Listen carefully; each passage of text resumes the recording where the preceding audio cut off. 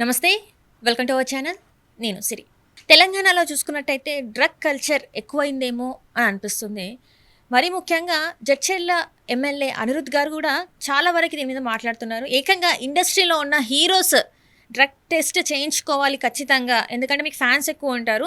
So మీరు ఇలా test చేయించుకుంటే మీ ఫ్యాన్స్ కూడా ఇట్లా వీటికి దూరంగా ఉంటారన్నట్టుగా తను మాట్లాడడం జరిగింది. అది ఇప్పుడు ఇంకా పెద్దగా వివాదమై కూర్చుంది. సో దీనికి సంబంధించి మరిన్ని విషయాలు మనకు తెలియజేయడానికి మనతో పాటు ఉన్నారు ప్రముఖ రాజకీయ విశ్లేషకులు భరద్వాజ్ గారు. నమస్కారం సార్.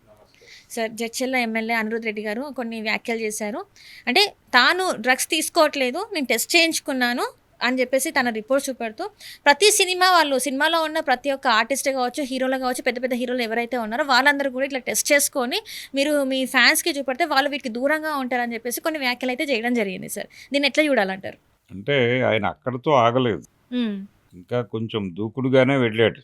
ఉమ్, ఉమ్, సినిమా హీరోలు సినిమాల్లో పోషించేటువంటి పాత్రల్లో వాళ్ళు మద్యం తీసుకుంటున్నట్టుగాను అలాంటి సన్నివేశాలు దొర్లుతున్నాయి. ఉమ్, తద్వారా మీరు అభిమానులకు ఇస్తున్న సందేశం ఏమిటి ఉమ్, అని క్వశ్చన్ చేశాడు. ఉమ్, ఉమ్, అందులో భాగంగానే చిరంజీవి గారు ఈ మధ్య కాలంలో మనశంకర వరప్రసాద్ గారు సినిమాలో ఉమ్, ఆయన మ- మందు బాటిల్ను ఒక విచిత్రమైన స్టైల్లో పట్టుకుని పోస్తూ గ్లాసులో మధుపానం మహదానందం అని ఒక డైలాగ్ ఉంటుంది, ఒక పంచ్ డైలాగ్. ఉమ్, ఆ డైలాగ్ చెప్పడం ద్వారా మీరు మీ ఫ్యాన్స్కి తాగమని చెప్తున్నట్టే కదా ఉమ్, ఉమ్, అని ఆయన మీద. తర్వాత ఖుషీ సినిమాలో గుడుంబా సీన్ ఒకటి ఉంటుంది, ఉమ్, ఆ సీన్ రెఫరెన్స్ అది ఎందుకు నటించారు పవన్ కళ్యాణ్ గారు ఉమ్, అని ఆయన్ని.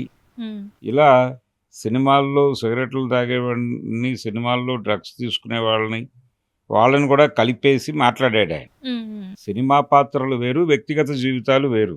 ఉమ్, ఉమ్, సినిమా పాత్ర అది తాగుడు పాత్ర అయితే అయి ఉండొచ్చు, ఉమ్, ఉమ్, ఆ క్యారెక్టర్ బిహేవియర్ని బట్టి అక్కడ నటన ఉంటుంది. ఉమ్, అదేమిటండి నేను చాలా సచ్చీలుణ్ణి అంటే కుదరదు కదా. ఉమ్, ఇప్పుడు వీళ్ళు రేవంత్ రెడ్డి గారు సినిమా వాళ్ళని ఒక కోరిక కోరాడు.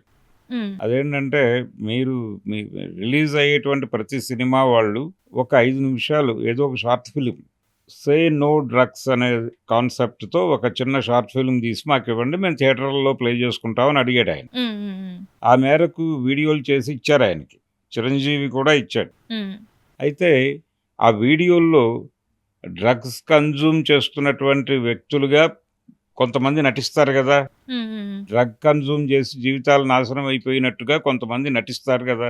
ఉమ్, నిజంగా వాళ్ళ జీవితంలో డ్రగ్స్ తీసుకుంటున్నారా? మీరు మాట్లాడినట్టు చిరంజీవి గారు ఆ సీసా పట్టుకుంటే ఏదో జరిగిపోయింది అన్నట్టు ఉమ్, వీళ్ళు నటులే కదా. ఉమ్, ఈ నటులు డ్రగ్స్ తీసుకున్నట్టుగా మీరు చెప్పిన సినిమాల్లో, మీరు చెప్పిన షార్ట్ ఫిల్ముల్లో నటిస్తున్నారు. ఉమ్, వాళ్ళు ఎందుకు నటించాలి ఇవన్నీ? ఉమ్, కాబట్టి కొంచెం ఓవర్గా మాట్లాడాడు ఆయన, తన పరిధి దాటి మాట్లాడాడు. పర్టికులర్గా సినిమా పరిశ్రమని కార్నర్ చేశాడు. రైట్. కార్నర్ చేయటం అంటే డ్రగ్స్ అనేవి సినిమా వాళ్ళు మాత్రమే కన్జ్యూమ్ చేస్తారని, ఉమ్, మిగిలిన ప్రపంచం అంతా చాలా పవిత్రంగా ఉంటుందని, ఉమ్, స్కూళ్ళు కాలేజీలు సినిమా వాళ్ళు మాత్రమే డ్రగ్స్ కన్జ్యూమ్ చేస్తారు, మిగిలిన ప్రపంచం అంతా దాని అసలు అదేంటే ఏమిటో కూడా తెలియదు వాళ్ళకి. అలాగే డ్రగ్స్ కేవలం నైజీరియన్స్ మాత్రమే సరఫరా చేస్తారు, ఉమ్, ఇంకెవరికి తెలియదు ఆ సరఫరా చేయటం. డ్రగ్ పెడలర్ అంటారు వాళ్ళని. ఉమ్, ఆ డ్రగ్ పెడలింగ్ అనేది వాళ్ళకి మాత్రమే తెలుసు, మిగిలిన ప్రపంచానికి తెలియదు ఉమ్, అని ఒక నేరేటివ్ని ప్రజల బుర్రల్లో నింపటం కోసం ప్రయత్నం చేస్తున్నారు చాలా కాలంగా. ఉమ్, అందులో భాగమే ఈ గొడవ. అభిమానులకి ఏం సందేశాలు ఇస్తారు ఇవన్నీ కాదు. ఉమ్, అలాగే ఇక్కడ సినిమా వాళ్ళు మాత్రమేనా, ఇతర రాజకీయాల్లో ఉన్న వాళ్ళు డ్రగ్స్ తీసుకోరా? ఈ మధ్య కాలంలో జరిగిన చాలా రేవు పార్టీల్లో ఉమ్, అక్కడ దొరికిన వాళ్ళలో పొలిటీషియన్స్ కూడా ఉన్నారు, అన్ని రాష్ట్రాలకు చెందిన వాళ్ళు. ఉమ్, అలాగే సినిమా వాళ్ళ కంటే కూడా రాజకీయ ప్రమేయం ఉన్న వాళ్ళ సంఖ్య ఎక్కువ. Right, right. రాడిసన్ పబ్బు ఇలాంటి చోట్ల దాడులు జరిగినప్పుడు 150 మంది అలా దొరికితే ఉమ్, అందులో ఎవరో 2-3 పిల్లలు సినిమా సెలబ్రిటీస్ తాలూకా పిల్లలు ఉన్నారని అదొకటే వార్త చేశారు. ఉమ్, ఆ మిగిలిన రెస్ట్ ఆఫ్ వీళ్ళు ముగ్గురిని తీసేస్తే మిగిలిన 150 మంది పరిస్థితి ఏంటి? ఉమ్, ఉమ్, వాళ్ళు ఎవరు అనేది మీరు ఎందుకు లిస్టులు బయట పెట్టలేదు? ఉమ్, ఉమ్, వాళ్ళ తల్లిదండ్రులు ఎక్కడున్నారు, వాళ్ళ అందులో రాజకీయ నాయకులు ఎంతమంది ఉన్నారో చెప్పాలి కదా. ఉమ్, అవి చెప్పరు.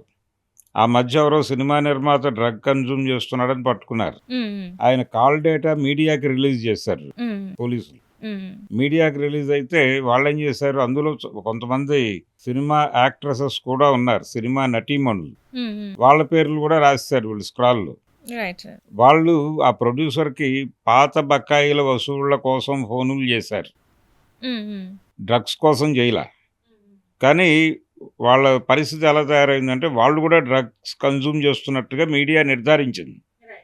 వాళ్ళు మీడియాని బతిమాలుకున్నారు, మా పేర్లు తీసేయండి బాబు, మేము వేరే ఏదో పాత లావాదేవీలు గతంలో డబ్బులు ఇవ్వాలని దాని గురించి ఫోన్ చేశామని చెప్పుకోవాల్సి వచ్చింది. ఇలాంటి దారుణాలు చాలా జరుగుతున్నాయి.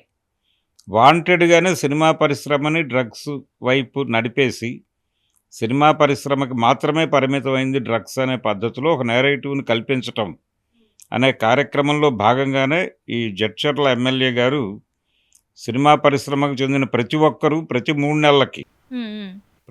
నెలలకి టెస్ట్ చేయించుకోవాలి, డ్రగ్ టెస్ట్ చేయించుకోవాలని మాట్లాడాడు. అంటే దీనికి కౌంటర్గా మంచు విష్ణు గారు ఒకటి అడిగారు, మేము చేసుకోవడానికి మేము రెడీగా ఉన్నాం, కానీ మరి మీరు మీకోసం మేము ఏం టెస్ట్లు చేయాలి, మీరు చేసుకోవడానికి రెడీగా ఉన్నారా, పొలిటీషియన్స్కి ఎలాంటి టెస్ట్ చేయాలని చెప్పేసి అంటే ఆయన గౌరవప్రదంగానే మాట్లాడాడు. ఆయన ఈయనంత దూకుడుగా మాట్లాడలేదు. విష్ణు పద్ధతిగానే, అయ్యా మీరు నామినేషన్ వేసేటప్పుడు ఏమైనా టెస్ట్ చేయించుకుంటున్నారా అని అడిగాడు. అంతవరకే తప్ప ప్రతి 2 నెలలకో 3 నెలలకో టెస్టులు చేయించుకొని మార్కెట్లో పెట్టాలని చెప్పలా. ఆ మేరకు మీకు గౌరవం ఇచ్చాడు అతను. మీరు మాత్రం విశృంఖలంగా మాట్లాడేశారు. సమాజం మొత్తం మీద డ్రగ్స్ లేని సమాజం కోసం ప్రయత్నం చేయటం మంచిదే. కానీ పర్టికులర్గా ఒక సెగ్మెంట్, ఒక ఏరియా వాళ్ళే డ్రగ్స్ తీసుకుంటున్నారంటే సమాజంలో సర్క్యులేషన్లో ఉన్నటువంటి అన్ని టన్నులు వాళ్ళు మాత్రమే కన్జ్యూమ్ చేస్తున్నారా? ఇప్పుడు సమాజంలో ఏదో కొంత క్వాంటిటీలో మాత్రమే డ్రగ్స్ ఉన్నాయనేది బూటకం. పోర్టుల్లో టన్నులు డ్రగ్స్ దొరుకుతున్నాయి అడపాదడప. ఆ దొరికినవన్నీ ఎక్కడికి వస్తున్నాయి? ఈ సర్క్యులేషన్లోకి వస్తున్నాయి. ఒక ప్రాంతంలో ఉన్నటువంటి డ్రగ్స్ ఇంకో ప్రాంతంలోకి వెళ్తున్నాయి అంటే, ప్రయాణిస్తున్నాయి అంటే, ఆ ప్రయాణం వెనకాల ఒక పొలిటీషియన్ ఎవరో ఒకళ్ళ ఇన్వాల్వ్మెంట్ లేకుండా ఏ పని కాదు అది.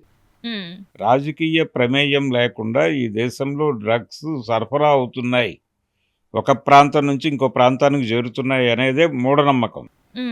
సినిమా వాళ్ళు ఎయిర్పోర్ట్లో సీజ్ అయినటువంటి డ్రగ్స్ పట్టుకొచ్చి సమాజంలో అమ్మటం వాళ్ళ వల్ల కాదు. ఆ పని చేయగలిగిన వాళ్ళు రాజకీయ నాయకులు. వాళ్ళకి అసలు డ్రగ్సే తెలియదు అన్నట్టుగా ఈయన మాట్లాడుతున్నాడు. అదొక విచిత్రమైనటువంటి పరిస్థితి. అందుకని ఆయన మాట్లాడిన మాటలు ప్రభుత్వం అనుకుంటున్న ప్రోగ్రాంలో భాగమే. అంటే ప్రభుత్వం సమాజం అంతా బాగానే ఉంది, కేవలం సినిమా వాళ్ళు, స్కూల్ పిల్లలు మాత్రమే కన్జ్యూమ్ చేస్తున్నారు డ్రగ్స్ అని చెప్పేసి ఆ ఏరియా వరకే పరిమితం ఆ సమస్య. మిగిలిన ప్రపంచం అంతా బాగానే ఉంది. అంటే ఇప్పుడు ఏంటంటే ఇది ఒక డైవర్షన్ పాలిటిక్స్ అనుకోవచ్చు సార్. ఎందుకంటే డైవర్షనే, ఇన్ని సమస్యలు ఉన్నాయి, ఇక్కడ ఇంత జరుగుతూ ఉంటే కావాలని ఈ ఒక కొత్త దాన్ని తీసుకొచ్చి అసలు సినిమా ఇండస్ట్రీ వాళ్ళ మీద పడడం అనేది ఎలా చూడాలంటారు? డైవర్షనే. వాళ్ళు చాలా సంయమనంతో వ్యవహరించారు. ఈ వివాదాన్ని పెంచేలాగా అభిమానులు, ఈవెన్ చిరంజీవి గారి అభిమానులు కూడా వీధుల్లోకి రాలేదు. మా హీరోని అంటావా నువ్వు అని వాళ్ళు వీధుల్లోకి వస్తే కథ వేరేలాగా ఉండేది. కానీ ఆ ప్రయత్నం కూడా వాళ్ళు చేయలేదు. ఎందుకు వచ్చిన గొడవ, వదిలేస్తే బెటరు అని అనుకున్నారు. దాన్ని గ్రాంటెడ్గా తీసేసుకుని మీరు మరింత రెచ్చిపోయే ప్రయత్నం చేస్తే ప్రమాదం. Right sir, right. Thank you so much sir. Thank you.